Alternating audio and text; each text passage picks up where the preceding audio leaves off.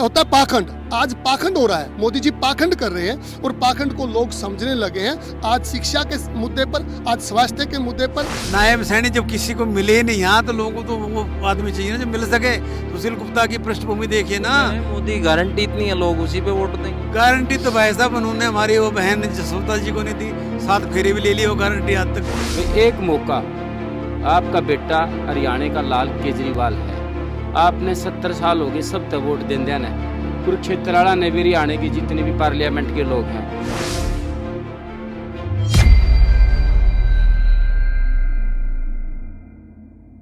हमें ये बताएं, अब आप तमाम चीज़ें कही गई, मुकाबला जो है वो सामने वाले जो हैं वो ये कह रहे हैं साहब क्या है, आप ये काम वाम जो गिना रहे हैं इनका कोई मतलब नहीं है। वहाँ चेहरा बहुत बड़ा है और यहाँ से भी वो पूरा जो हाजिर सांसद हैं आपके, वो बीजेपी अध्यक्ष हैं हरियाणा के। चेहरा बड़ा है, मगर देखिए उनकी जो मैसेज थी 4थे नंबर पर थी जिला परिषद में। कारण क्या था, माँ बाप ने बड़ा अच्छा नाम लिखा था, नायब सैनी। नायाब सैनी हो सकते थे, गायब सैनी हो गए। पार्टी को अब ये नहीं पता लग रहा किसने खड़ा करे हैं। और ऐसे हालात में वो कहते जी इम्पोर्ट करना पड़ेगा इनको पार्टी का कैंडिडेट नहीं मिलेगा। इससे पहले राजकुमार सैनी बना दिया था। वो कह रहे हैं किसी को खड़ा कर देंगे, चेहरा तो मोदी हैं। चेहरा ऊपर है मोदी, बट नायब सैनी जब किसी को मिले ही नहीं यहाँ, तो लोगों को तो वो आदमी चाहिए ना जो मिल सके। सुशील गुप्ता की पृष्ठभूमि देखिए ना। मोदी गारंटी इतनी है, लोग उसी पे वोट देंगे। गारंटी तो भाई साहब उन्होंने हमारी वो बहन जसवंता जी को नहीं दी, 7 फेरे भी ले लिए, वो गारंटी आज तक वारंटी भी नहीं हुई। कह रहे हैं परिवार बहुत बड़ा, आजकल तो परिवार का मसला चल रहा है, सब मोदी परिवार लिख रहे हैं। परिवार में कहते हैं कि ये 7 फेरे ले लें तो परिवार की शुरुआत होती है।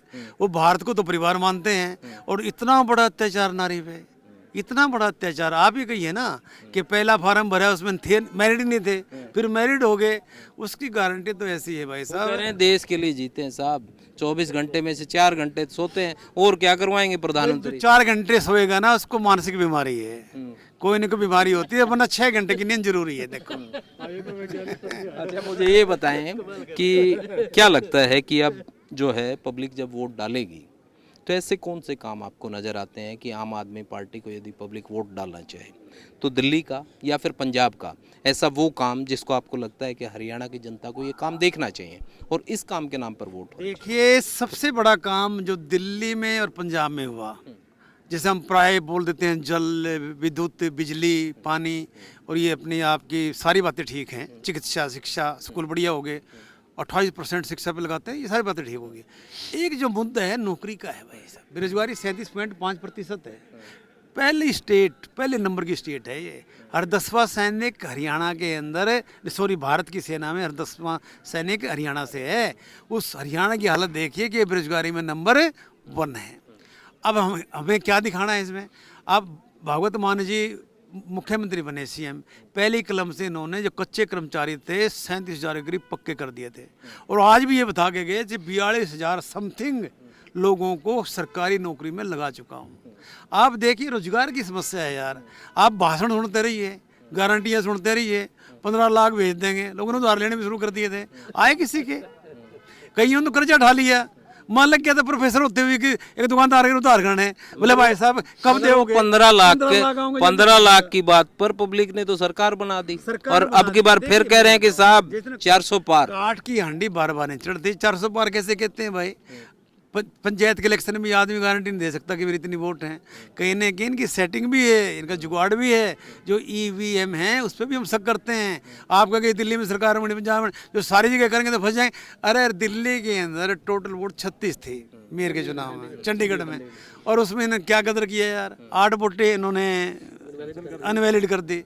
अब 6 वोटों पर ये कर सकें, 96.88 करोड़ वोटों पे क्या करेंगे ये। अब आप कह रहे हैं गलती तो अधिकारी की होती है, राजनीतिक तौर पर बीजेपी ने नहीं कुछ किया। वो कह रहे हैं पर करता उसको क्यों बनाया भाई साहब। और मसीह मरवा दिया गरीब आदमी अनिल, वो बेचारा सारी बोल गया एक भाषण। जज साहब ने कहा, चीफ जस्टिस बहुत बढ़िया हमारे, उन्हें कहा देख ले भाई मुकदमा चलेगा। कहता मुकदमा चलेगा सच्ची बता दूंगा। कहता जी मैंने जानबूझ के करी थी ये। अरे जानबूझ के मैं क्यों करूँगा गलत काम। अगर हम आपसे पूछना चाहें, क्योंकि आम आदमी पार्टी में एक दिल्ली के मुख्यमंत्री का हरियाणा से भी संबंध है, वो हरियाणा की उनकी जन्मभूमि है, तो क्या इस बात का भी एडवांटेज इन चुनाव में मिलता है कि यदि आपके राष्ट्रीय स्तर के नेता हैं, उनका जुड़ाव किसी स्टेट से होता है, तो वहाँ पर क्या वोटर उस तरफ भी झुकाव देखता है क्या? बिल्कुल, ये सामाजिक तौर पे होता है। हमारे समाज में ऐसा है कि अगर इसी क्षेत्र से हरियाणा से कोई लाल अरविंद केजरीवाल अगर हमारे राष्ट्रीय स्तर पर नेतृत्व कर रहे हैं तो हरियाणा के हर व्यक्ति का एक लगाव होता है। परंतु जितनी भी बातें आपने की, मैं सुन रहा था कि अगर 10 साल पहले आज के जो वर्तमान के प्रधानमंत्री है उस समय के प्रधानमंत्री को बोलते थे कि प्रधानमंत्री कमज़ोर है इसलिए रुपया कमज़ोर है, आज तो प्रधानमंत्री 56 इंच का है, रुपये की हालात क्या होगी। 15 लाख किसी खाते में आई, 2 करोड़ रोजगार हर साल देने की बात की थी, आज 20 करोड़ रोजगार मिल जाते तो कोई भी रोजगार नहीं होता। 100 स्मार्ट सिटी करने की बात की थी। जितने भी झूठे वादे किए, पहला प्रधानमंत्री होगा जिसने इतनी दब के झूठ बोली, पहला प्रधानमंत्री होगा इतिहास में जो सबसे मतलब अनसक्सेसफुल, जो विफल प्रधानमंत्री कहलाएगा। आने वाला समय जो है प्रधानमंत्री नरेंद्र मोदी को ये हिंदुस्तान बख्शेगा नहीं, माफ़ नहीं करेगा। और अभी समय आ गया 2024 के चुनाव में 2 तरह के वोट पड़ेंगे, एक तो मोदी, एक एंटी मोदी। पूरा हिंदुस्तान आज मोदी के विरोध में है, क्योंकि एक तो बचे हैं लोग देश भगत आज और एक अंध भगत। अब जो देश भगत है वो मोदी के खिलाफ है, जो अंध भगत है वो मोदी के साथ है। और मुझे लगता है अब अंध भक्तों की संख्या कम हो गई है, लोगों की आंखें खुल गई है। आने वाला समय 2024 का जो है इंडिया गठबंधन का होगा और आम आदमी पार्टी का होगा, आम जनता का होगा। मगर क्योंकि आप जिस तरीके से तमाम मुद्दों को गिना रहे हैं, इन्होंने भी गिनाया, होता क्या है कि जब चुनाव चलता है तो चुनाव में बड़ी बड़ी रैलियां होती हैं, बड़े बड़े वादे, बड़ी बड़ी बातें की जाती हैं, इन मुद्दों को कोई उठाता नहीं है। फिर वही बात हो जाती है कि साहब कोई धर्म के नाम पर, कोई जाति के नाम पर, ठीक है, कोई और किसी एंगल से वोट डलती हैं, वो मुद्दे पीछे रह जाते हैं, चीज़ें आगे आ जाती हैं। कोई चेहरा इतना बड़ा हो जाता है कि साहब चेहरे के नाम पे वोट डल रही है। कई बार कुछ व्यक्ति धर्म के आधार पर लोगों को बांटने की कोशिश करते हैं, जात के आधार पर बांटने, परंतु आम आदमी पार्टी के अगर आप मुद्दों को देखेंगे, हमने जो वास्तविक मुद्दे हैं, चाहे वो शिक्षा का हो, चाहे स्वास्थ्य का हो, चाहे बिजली का हो, चाहे पानी का हो, जनहित के मुद्दे और देश के मुद्दे आम आदमी पार्टी उठाती है। अब लोगों को समझ में आने लगा है कि भाई धर्म के आधार पर हमें नहीं बांटना। ठीक है, हर आदमी का अपना धर्म है, धर्म पर गर्व है, हमें भी गर्व है, हमें हिंदू होने पर गर्व है, हमारे अपने हिंदुस्तान पर गर्व है। ये बात दोनों अलग अलग है। अपने धर्म की इज्जत करना, धर्म को मानना स्वाभिमान ही है, अच्छी बात है, परंतु धर्म के आधार पर कोई व्यक्ति यदि हमारा मिसयूज कर रहा है उसे हमें समझना पड़ेगा। तो एक होता है पाखंड, आज पाखंड हो रहा है, मोदी जी पाखंड कर रहे हैं और पाखंड को लोग समझने लगे हैं। आज शिक्षा के मुद्दे पर, आज स्वास्थ्य के मुद्दे पर, आज बिजली के मुद्दे पर, पानी के मुद्दे पर, देश हित के मुद्दे पर वोट डलेगा।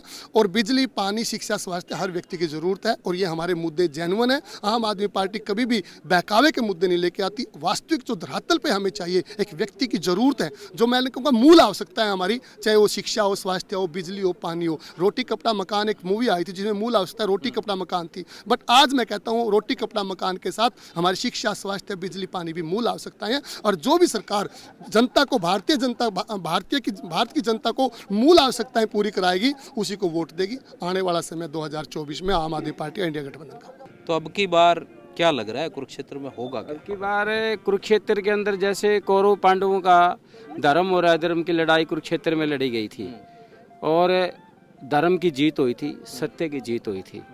मेरा ऐसा मानना है कि आने वाले अब महीना 1.5 महीना में जो भी लोकसभा का चुनाव होगा तो कुरुक्षेत्र की जनता, क्षत्रिय बिरादरी के लोग धर्म के साथ और सच्चाई की जीत के लिए झाड़ू के निशान पे बटन दबाएंगे। भाई एक मौका, आपका बेटा हरियाणा का लाल केजरीवाल है, आपने 70 साल हो गए सब तक वोट दें ने। कुरुक्षेत्र वाला ने भी हरियाणा के जितने भी पार्लियामेंट के लोग हैं, भैया भी तो हरियाणा का बेटा है केजरीवाल, इंडिया गठबंधन का प्रत्याशी है, झाड़ू इसका निशान है। और वो तो जैसा अपील, नाम है, वो तो अपील केजरीवाल ने भी कर दी और भगवंत मान ने बता दिया कि वो भी यहाँ पे आए हुए हैं, तो वो ठीक है। अपील मैं ये जानने चाह रहा हूँ, मुद्दों पे आएंगे वो ठीक है, रिश्ते वाली तो बात दूसरे लोग भी करेंगे। वो नरेंद्र मोदी भी ये कहेंगे हरियाणा से तो पुराना रिश्ता है हमारा, फिर क्या करेंगे? ठीक है, सुनो ना, हरियाणा से पुराना का, हरियाणा की धरती पे आके बेटी बचाओ बेटी पढ़ाओ का नारा देता है पानीपत में, जब पहली बार प्रधानमंत्री बना। तो हमारे मौजूदा हरियाणा के अंदर बीजेपी की मंत्री ने हमारी जो एक बेटी कोच है उसके साथ कितना भद्रता किया इन्होंने, ये जागता मंत्री मान है, अभी मंत्री है। तो ये है ना, बेटी बचाओ बेटी का नारा दिया उसने हरियाणा की धरती पे आके। उसके बाद मतलब हमारे किसान भाई, अभी क्या ये पाकिस्तान भारत का बॉर्डर थोड़ी है। वो तो कह रहे हैं कि साहब किसानों को तो बहुत कुछ दे रहे सुनो, हैं, ये तो कहने की पोर्टल बात- खोल रखा है, वो तो चुनाव के सीजन में आ जाते हैं, वो दूसरी पार्टियां आप जैसी पार्टियां सपोर्ट सुनो करती हैं। सर, हमारी पार्टी कुछ नहीं, वो उन्होंने बोला है पंजाब के किसानों ने, हम किसी पार्टी का समर्थन नहीं लेंगे, न हम किसी पार्टी के बकावे में इकट्ठे हैं।